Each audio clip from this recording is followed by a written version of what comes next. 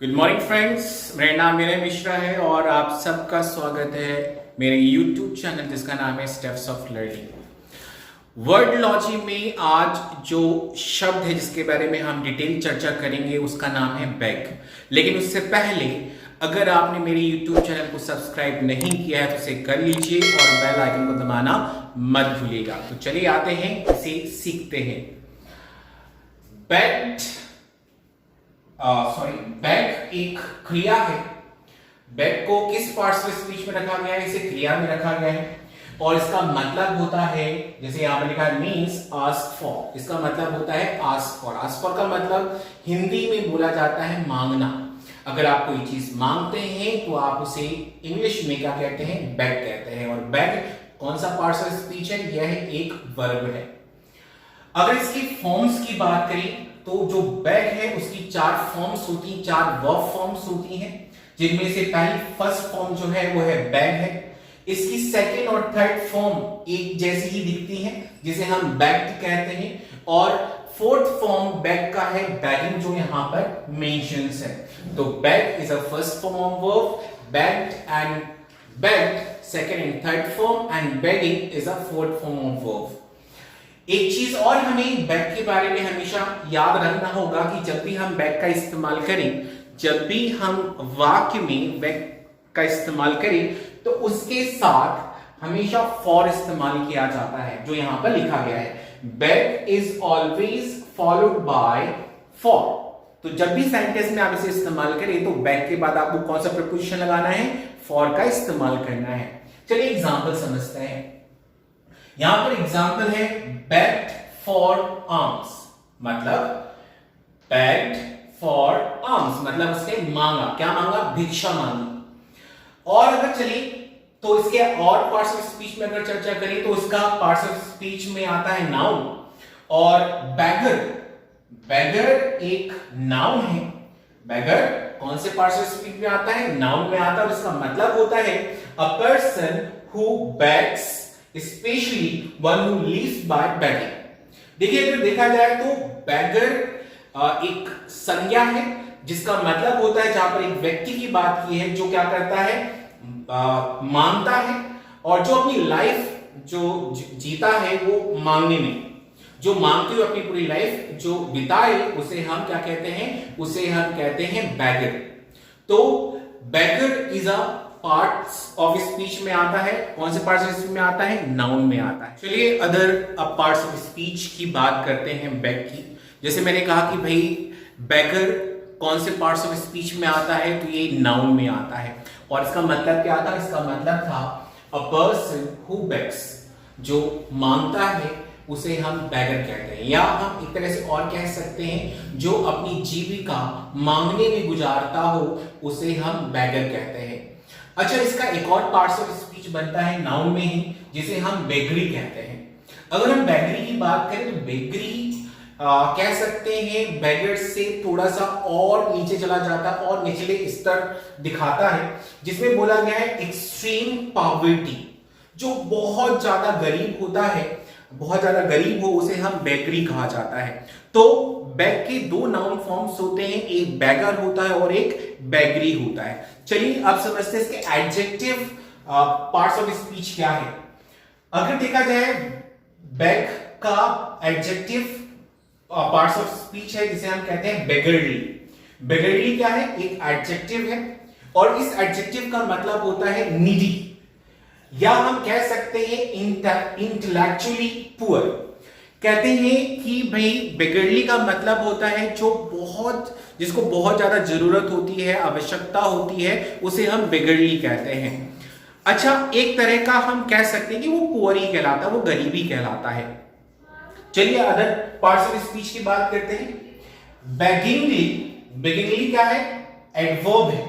ये कौन से पार्ट्स ऑफ स्पीच में आता है? ये आता है एडवर्ब में और इसमें बोला गया मैनर ऑफ बैगिंग। अगर हम बात करें बैगिंगली की, बैगिंगली एक तरह का मैनर है बैगिंग करने का। देखिए तरीका है भीख मांगने का।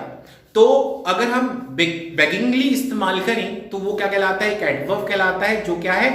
कहलाता है मैनर ऑफ बैगिंग कहलाता है। आई होप आपको यहां तक समझ में आया होगा। चलिए अब बात करते हैं बैक के सिनोनिम्स क्या क्या होते हैं और इसके बारे में डिटेल चर्चा करते हैं। ये है बैक के सिनोनिम्स, जहां पर हम इसके सिमिलर वर्ड की चर्चा करेंगे। जैसे मैंने कहा था कि बैक का मतलब होता है मांगना, आस्क फॉर, और बैक का जब भी हम वाक्य में प्रयोग करें तो उसके साथ फॉर का इस्तेमाल करना जरूरी है। अगर आप नहीं करेंगे तो वाक्य गलत माना जाता है। एक चीज और, जैसे मैंने यहां पर लिस्ट बनाई है, बिसीच, इंट्रीट, इम्प्लोर, एडजोर, ये ऐसे शब्द हैं जहां पर हम किसी व्यक्ति से कोई चीज मांगते हैं तब हम इनका इस्तेमाल करना है। फिर से सुनिएगा, हमें यहां पर जो 4 वर्ड जिसके में हम चर्चा करेंगे, जिसमें आता है बिसीच, इंट्रीट, इम्प्लोर और एडजोर, ये जो 4 सिमिलर वर्ड हैं जो बैक के, ये कब हम इस्तेमाल करेंगे? इनका इस्तेमाल हम जब करेंगे जब हम किसी व्यक्ति से कोई चीज जब मांगते हैं तब हम इन शब्द का इस्तेमाल करेंगे। चलिए अब इन्हें हम डिटेल में समझते हैं। बिसीच अगर देखा जाए बैक का सिमिलर वर्ड कहलाता है, जिसका हिंदी में मतलब होता है प्रार्थना करना या हाथ जोड़ना। अगर हम इसे इंग्लिश में इसका मीनिंग समझें तो यहां पर बोला गया है ask someone urgently and fervently to do something. यहां पर वही बात की जा रही है कि मान लीजिए अगर मैं किसी व्यक्ति से कोई चीज मांगता हूं तो मैं उसे क्या कहता हूं? मैं उसे बिसीच कहता हूं। बिसीच का हिंदी मतलब प्रार्थना करना या हाथ जोड़ना कहलाता है। चलिए इसके आते हैं दूसरे सिमिलर वर्ड। दूसरा जो सिमिलर वर्ड है वो है इंट्रीट। अगर हम इंट्रीट की बात करें तो इसे हिंदी में कहते हैं विनती करना। इसे हिंदी में विनती करना ही कहते हैं, विनय करना, प्रार्थना करना ही इसका मतलब है। इसे इंग्लिश में बोला जाता है आस्क समवन अर्नेस्टली और anxiously to do something. Same वही है कि अगर आप किसी से कोई वस्तु मांगते हैं तो आप बिसीच के अलावा आप क्या बोल सकते हैं? आप उसे इंट्रीट भी कह सकते हैं। तो इंट्रीट का मतलब क्या हुआ? विनती करना हुआ।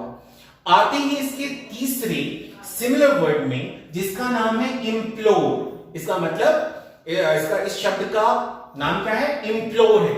इम्प्लोर का मतलब होता है प्रार्थना या याचना करना।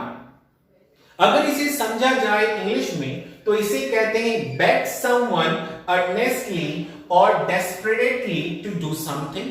सेम वही चीज है कि अगर आप इम्प्लोर कर रहे हैं तो कहीं ना कहीं आप क्या कर रहे हैं? आप प्रार्थना कर रहे होते हैं। चलिए अब बात करते हैं इसके चौथे सिमिलर वर्ड की, जिसका नाम है एडजोर। एडजोर में एक खास बात जो लागू होती है, अभी तक हमें जो भी बात की सबका मतलब प्रार्थना ही करना था, लेकिन एडजोर की जब हम बात करते हैं तो यहां पर एक चीज मेंशन की गई है कि आप क्या करें? शपथ दिलाकर अगर आप कोई बात पूछते हैं, अगर किसी व्यक्ति को शपथ दिलाकर आप कोई किसी के बारे में पूछते हैं तो हम उसे क्या बोलते हैं? हम उसे एडजोर कहते हैं। एडजोर का मतलब था शपथ दिलाकर कोई बात पूछना है। इसे इंग्लिश में बोला जाता है आर्ग्यू और रिक्वेस्ट, अर्ज और रिक्वेस्ट समवन सोलेमनी। तो ये मतलब किसका था? ये एडजोर का मतलब है। एडजोर में क्या चीज होती है? आप किसी को शपथ दिलाकर अगर पूछेंगे तो उसे इंग्लिश में हम एडजोर कहते हैं। और एडजोर के बारे में क्या बोला गया? अर्ज और रिक्वेस्ट समवन सोलेमनी। चलिए अब बात करते हैं पांचवें इसके सिमिलर वर्ड की। लेकिन पांचवें सिमिलर वर्ड को जानने से पहले आपको यह समझना है कि हम इसे इस्तेमाल कहां करेंगे। जैसे मैंने आपको पहले ही बताया था कि बिसीच, इंट्रीट, इम्प्लोर और एडजोर जो हैं ये कब है? जब आप किसी व्यक्ति से कोई वस्तु मांगते हैं तब आप इनका इस्तेमाल करेंगे। लेकिन मान लीजिए अब आप केवल वस्तु की डिमांड कर रहे हैं, आप किसी वस्तु को मांग रहे हैं, तो आप इन शब्दों का इस्तेमाल करें, जिसमें से एक आता है क्या? जिसका नाम है सॉलिसिट। ये सिमिलर वर्ड है किसका? आस्क का, और इसका मतलब भी होता है मांगना या याचना करना ही होता है। इसे इंग्लिश में समझें तो बोला गया आस्क फॉर और try to obtain something for someone. इसमें ये बोला गया कि अगर आप किसी से पूछते हैं और या ट्राई करते हैं उसे पाने की, तो आप उसे क्या बोलते हैं? आप उसे सॉलिसिट कहते हैं। और सॉलिसिट का मतलब भी क्या होता है? मांगना होता है। चलिए बात करते हैं और इसके सिमिलर वर्ड की जो मांगने की विशेषताओं को बताएंगे। चलिए अब बात करते हैं अदर सिनोनिम्स या सिमिलर वर्ड ऑफ बेग की। आगे ही नेक्स्ट इसके सिमिलर वर्ड जो है वो है रिक्वेस्ट। देखिए रिक्वेस्ट बहुत ही सिंपल वर्ड है, आमतौर में हम अपनी डेली लाइफ में इसे इस्तेमाल करते हैं, तो इस पे हम ज्यादा चर्चा नहीं करेंगे। लेकिन जब रिक्वेस्ट का मतलब ही मांगना या याचना करना ही होता है, लेकिन यहां पर एक प्लस पॉइंट क्या है कि भाई आप किसी से मांगते हैं क्या? अगर जब आप किसी से पोलाइटली अगर मांग रहे हैं तो आप क्या कर रहे होते हैं? रिक्वेस्ट कर रहे होते हैं। तो ये रिक्वेस्ट भी कहीं ना कहीं एक बेग का एक सिमिलर वर्ड कहलाता है। चलिए बात करते हैं और सिमिलर वर्ड की। नेक्स्ट जो सिमिलर वर्ड है वो है इम्पिट्रेट। इम्पिट्रेट की बात की जाए तो इसका मतलब होता है याचना करना ही होता है। लेकिन अगर देखा जाए कि इसमें आप किस तरह का मांगना आप किस तरह मांगते हैं, तो कहीं ना कहीं जब हम कोई चीज उत्सुकता से मांगते हैं तो हम उसे क्या बोलेंगे? इम्पिट्रेट बोलेंगे। जहां पर यहां पर बोला गया इम्पिट्रेट का मतलब होता है याचना करना। आप रिक्वेस्ट करते हैं, फर्वेंटली करते हैं। फर्वेंटली का मतलब होता है उत्सुकता से मांगना या उत्सुकता कहलाती है। तो इम्पिट्रेट में जब कोई चीज हम मांगते हैं तो उसमें क्या लागू होता है? उत्सुकता लागू होती है। अब हम सिमिलर वर्ड की बात करें बेग की।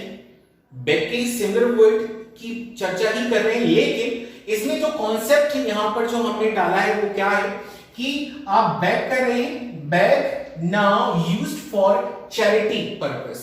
देखिए बहुत सारे सोशल कॉज होते हैं जहां पर हम कहीं ना कहीं लोगों की मदद करना चाहते हैं, और जब लोगों की मदद हम करते हैं, खुद करते हैं या दूसरों से जब हम उनकी मदद के लिए रिक्वेस्ट करते हैं या कोई चीज मांगते हैं, तो ये शब्द हम वहां पर इस्तेमाल करेंगे। तो ये भी बेग की सिमिलर वर्ड ही कहलाएंगे। लेकिन ये कहां पर? जब आप किसी सोशल कॉज या चैरिटी के लिए जब आप कोई चीज मांगते हैं, तब हम इन शब्दों का इस्तेमाल करेंगे। चलिए आते हैं कैच। कैच क्या है? कैच बेग का ही सिमिलर वर्ड है। इसका मतलब क्या होता है? तो इसका मतलब होता है आस्क और ऑप्टेन।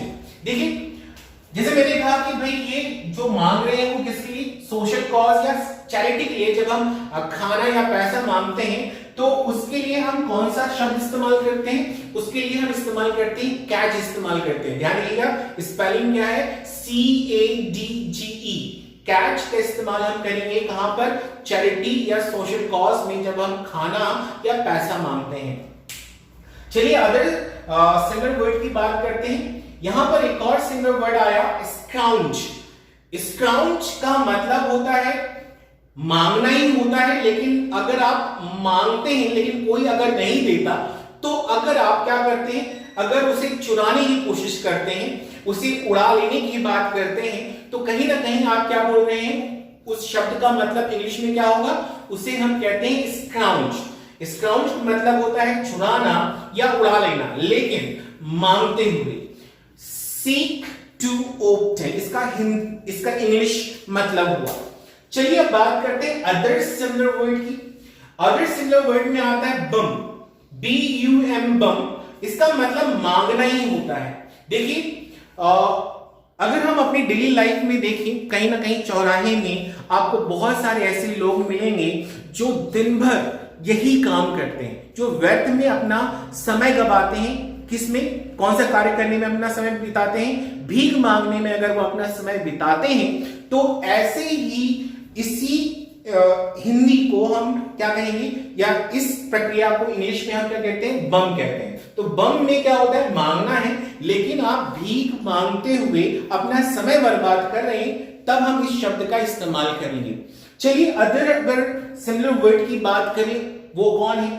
तो लास्ट हमारा जो सिमिलर वर्ड है वह है मूच।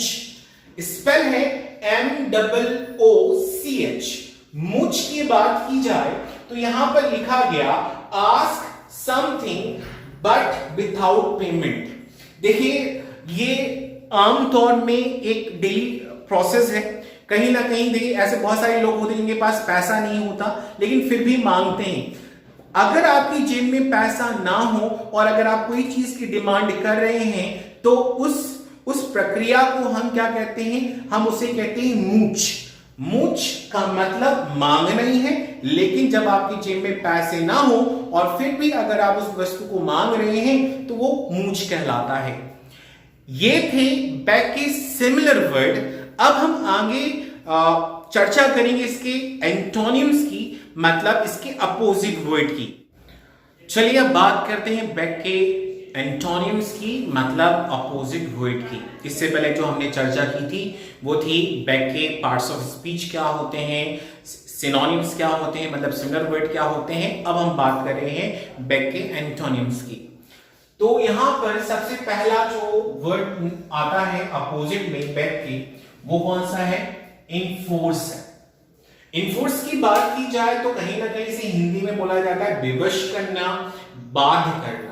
क्या करना, विवश करना या बाध्य करना। इसे इंग्लिश में कहा जाता है to make people obey, to do.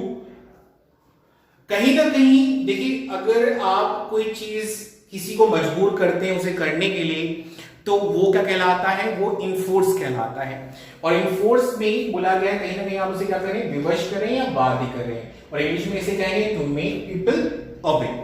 चलिए अब बात करते हैं इसके दूसरे एंटोनिम्स की, अपोजिट वर्ड की, जो गिव है। बैक का अपोजिट वर्ड गिव है। ये बहुत ही आम वर्ड है जो हम डेली लाइफ में इसे इस्तेमाल करते हैं, इसलिए इस पे ज्यादा हम चर्चा नहीं करते। चलिए अब बात करते हैं इसके तीसरे अपोजिट वर्ड, जिसका नाम है, जिस शब्द है वो है डिनाई। डिनाई बैक का एक अपोजिट वर्ड है जिसका मतलब मना करना ही होता है। इसे इंग्लिश में कहते हैं रिफ्यूज टू एडमिट और एक्सेप्ट। इसे क्या बोला जाता है, रिफ्यूज टू एडमिट और एक्सेप्ट। ये बैक का अपोजिट वर्ड है। अब आते हैं इसके चौथे अपोजिट वर्ड में, जिसका नाम है रिफ्यूज।